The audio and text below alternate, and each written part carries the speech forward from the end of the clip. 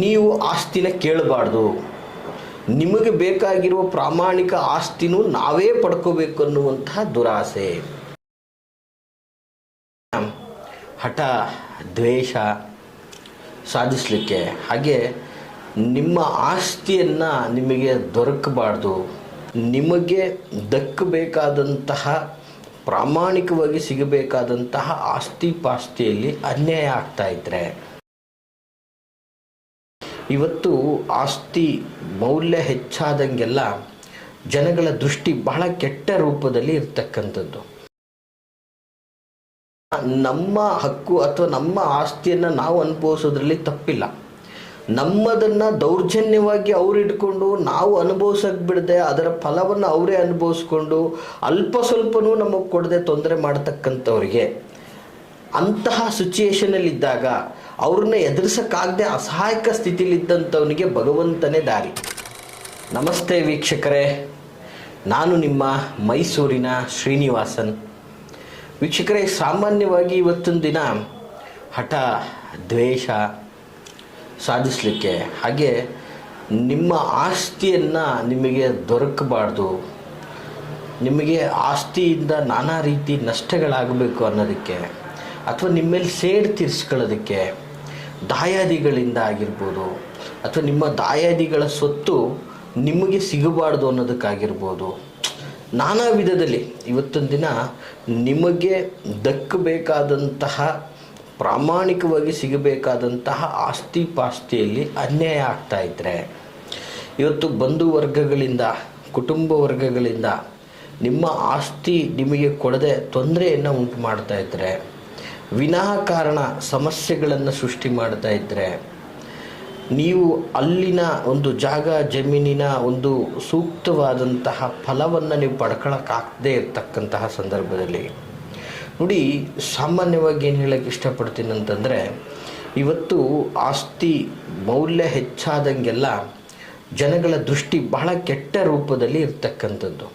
ಇವತ್ತು ನಿಮ್ಮ ಮುಗ್ಧತೆಯನ್ನು ಉಪಯೋಗಿಸ್ಕೊಂಡು ನಿಮಗರಿವಿಲ್ಲದೆ ನಿಮ್ಮ ಆಸ್ತಿಯನ್ನು ಅವ್ರ ಹೆಸರಿಗೆ ಮಾಡ್ಕೊಂಬಿಟ್ಟಿರ್ತಾರೆ, ಅಥವಾ ನಿಮ್ಮ ಆಸ್ತಿ ಯಾಕೆ ಕೊಡಬೇಕು ನಿನಗೆ ಅನ್ನುವಂತಹ ದ್ವೇಷ, ಆಸ್ತಿ ಕೊಡಬೇಕಲ್ಲ ಅನ್ನೋ ಕಾರಣಕ್ಕೇ ಬೇಕಂತಲೇ ನಿಮ್ಮ ಮೇಲೆ ದ್ವೇಷ ಸೃಷ್ಟಿ ಮಾಡಿಕೊಳ್ಳುವಂಥದ್ದು ಸಹ.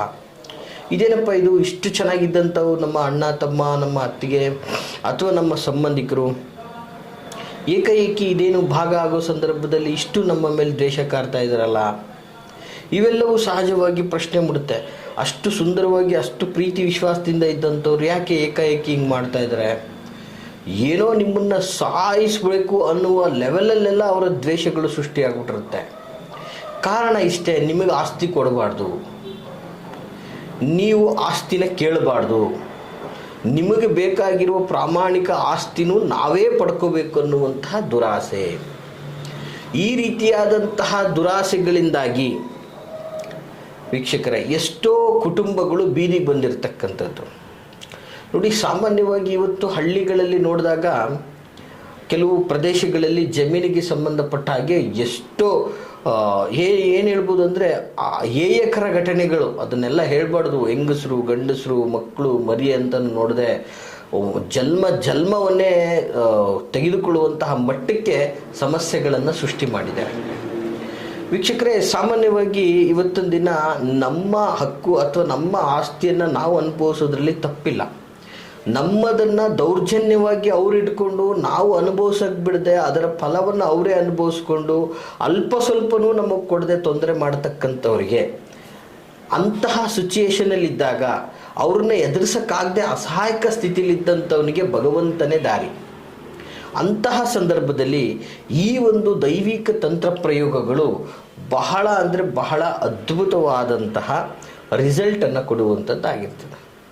ಏನಪ್ಪ ಅಂತಹ ಒಂದು ಅದ್ಭುತವಾದಂತಹ ತಂತ್ರ ಅಂತ ಹೇಳಿದ್ರೆ ಬಹಳ ಸುಲಭವಾದಂಥದ್ದು ವೀಕ್ಷಕರೇ, ನೋಟ್ ಮಾಡ್ಕೊಳ್ಳಿ. ಸಾಮಾನ್ಯವಾಗಿ ಈ ಒಂದು ಸಮಯದಲ್ಲಿ ಭೂಮಿಗೆ ಸಂಬಂಧಪಟ್ಟ ಹಾಗೆ ಕುಜನಿಗೆ ಕುರಿತು ಯಾವುದಾದರೂ ಒಂದು ಮಂತ್ರಗಳನ್ನು ಆದಷ್ಟು ಒಂದು 108 ಬಾರಿ ಅಂದರೆ ಲೈಕ್ ಧರಣಿಗರ್ಭ ಸಂಭೂತಂ ವಿದ್ಯಾಕಾಂತ ಸಮಪ್ರದಂ ಕುಮಾರಾಂ ಶಕ್ತ್ಯಸ್ಥಾಂಚ ಮಂಗಲಂ ಪ್ರಣಮಾಮ್ಯಹಂ ಅಂತೇಳಿ ಕುಜನ ಒಂದು ನವಗ್ರಹ ಮಂತ್ರಗಳಲ್ಲಿ ಒಂದಾದಂತಹ ಈ ಒಂದು ಕುಜನ ಮೂಲ ಮಂತ್ರವನ್ನು ಸಹ ಶಕ್ತಿ ಅನುಸಾರ ನೀವು ಪಠನೆ ಮಾಡಬಹುದು. ಇದು ನಿಮಗೆ ಎಲ್ಲ ಕಡೆ ಸಿಗ್ತದೆ, ಒಂದು ಬುಕ್ ಸ್ಟೋರಲ್ಲಿ ಹೋದ್ರೂ ಸಿಗ್ತದೆ ಈ ಮಂತ್ರ, ಅಥವಾ ನೀವು ಫೋನ್ಗಳಲ್ಲಿ ಓಪನ್ ಮಾಡಿದ್ರೂ ಸಿಗ್ತದೆ. ಪ್ರತಿಯೊಂದು ಕಡೆನೂ ಈ ಒಂದು ಮಂತ್ರ ನಿಮಗೆ ಸಿಗ್ತದೆ.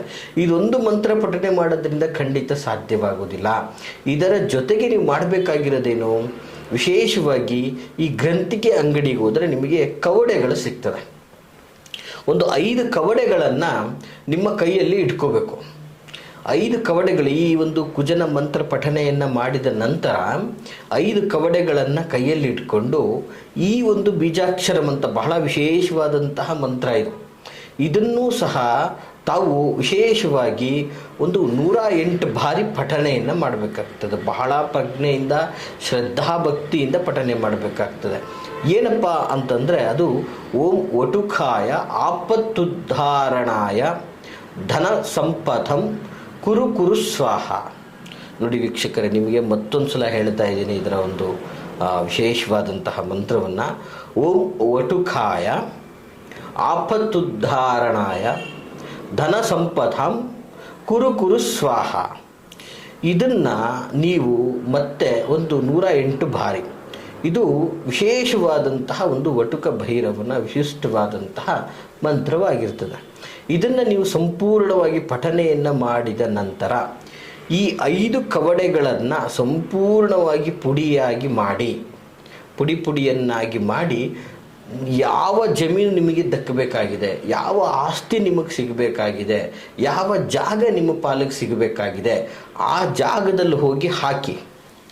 ನೀವು ಹಾಕಿ ಬನ್ನಿ, 100% ನಿಮ್ಮ ಜಾಗ, ಜಮೀನು ಅಥವಾ ಯಾವುದೇ ಥರದ ಒಂದು ಆಸ್ತಿ ಪಾಸ್ತಿಗಳಿದ್ರೂ ಕೂಡ ನಿಮಗೆ ಪ್ರಾಮಾಣಿಕವಾಗಿ ಸಿಗುವಂಥದ್ದು ಖಂಡಿತವಾಗಿ ಸಿಗ್ತದೆ.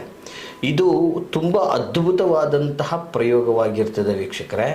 ಈ ಒಂದು ವಿಧದಲ್ಲಿ ಈ ತಂತ್ರವನ್ನು ನೀವು ಮಾಡಿದ್ದೆ ಆದರೆ ಖಂಡಿತವಾಗಿ ಜಯ ಯಶಸ್ಸು ನಿಮ್ಮದಾಗುತ್ತೆ. ಮತ್ತು ನಿಮ್ಮ ಜಾಗ, ಜಮೀನು ಯಾವುದೇ ರೀತಿಯಾದಂತಹ ಕಿರಿಕಿರಿಗಳಿಲ್ಲದೆ, ಯಾರೂ ಕೂಡ ಅದಕ್ಕೆ ತೊಂದರೆಗಳನ್ನು ಮಾಡದೆ ಪ್ರಾಮಾಣಿಕವಾಗಿ ನಿಮ್ಮ ಕೈಗೆ ಬಂದು ತಲುಪುತ್ತೆ ಅಂತ ಹೇಳಲಿಕ್ಕೆ ಇಷ್ಟಪಡ್ತೀನಿ ವೀಕ್ಷಕರೇ. ಈ ಮಾಹಿತಿ ತಮಗೆಲ್ಲ ಇಷ್ಟವಾಗಿದ್ದರೆ ಲೈಕ್ ಮಾಡಿ. ಹಾಗೆ ಯಾರೆಲ್ಲ ಈ ಜಮೀನು ಆಸ್ತಿ ಪಾಸ್ತಿಯನ್ನು ಕಳ್ಕೊಂಡು ಕೊರಗ್ತಾ ಇದ್ದಾರೆ ಅಂಥವ್ರಿಗೆ ಈ ಒಂದು ವಿಡಿಯೋನ ತಪ್ಪದೆ ಶೇರ್ ಮಾಡಿ. ಒಂದು ಕುಟುಂಬದ ರಕ್ಷಣೆ ಮಾಡಿದಂತಹ ಪುಣ್ಯ ನಿಮಗೆ ಸಿಗ್ತದೆ ಅಂತ ಹೇಳಲಿಕ್ಕೆ ಇಷ್ಟಪಡ್ತೀನಿ. ಹಾಗೆ ಈ ಸಂಬಂಧಿತವಾಗಿ ನಿಮಗೆ ಮುಕ್ತವಾಗಿ ಏನಾದರೂ ನಮ್ಮೊಟ್ಟಿಗೆ ಮಾತಾಡಬೇಕು ಅನಿಸಿದ್ರೆ ವಿಡಿಯೋದಲ್ಲಿ ಕಾಣ್ತಾ ಇರ್ತಕ್ಕಂತಹ ಸಂಖ್ಯೆಗೆ ಕರೆ ಮಾಡಿ ಮಾತಾಡಿ ಅಂತ ಹೇಳಕ್ಕೆ ಇಷ್ಟಪಡ್ತೀನಿ. ಹಾಗೆ ನಾವಿರುವಂಥದ್ದು ಮೈಸೂರಿನ ವಿಜಯನಗರ 2ನೇ ಹಂತ KD ಸರ್ಕಲಲ್ಲಿ ನಮ್ಮ ಕಚೇರಿ ಇರ್ತಕ್ಕಂಥದ್ದು. ತಾವು ನೇರವಾಗಿಯೂ ಸಹ ನಮ್ಮನ್ನು ಭೇಟಿಯಾಗ್ಬೋದು ಅಂತ ಹೇಳ್ತಾ, ಬರಲಿಕ್ಕೂ ಮುನ್ನ ವಿಡಿಯೋದಲ್ಲಿ ಕಾಣುವಂತಹ ಸಂಖ್ಯೆಗೆ ಕರೆ ಮಾಡಿ ನಿಮ್ಮ ಸಮಯವನ್ನು ನಿಗದಿ ಮಾಡಿಕೊಂಡು ಬನ್ನಿ ಅಂತ ಹೇಳ್ತಾ, ಎಲ್ರಿಗೂ ಶುಭವಾಗಲಿ. ನಮಸ್ಕಾರ.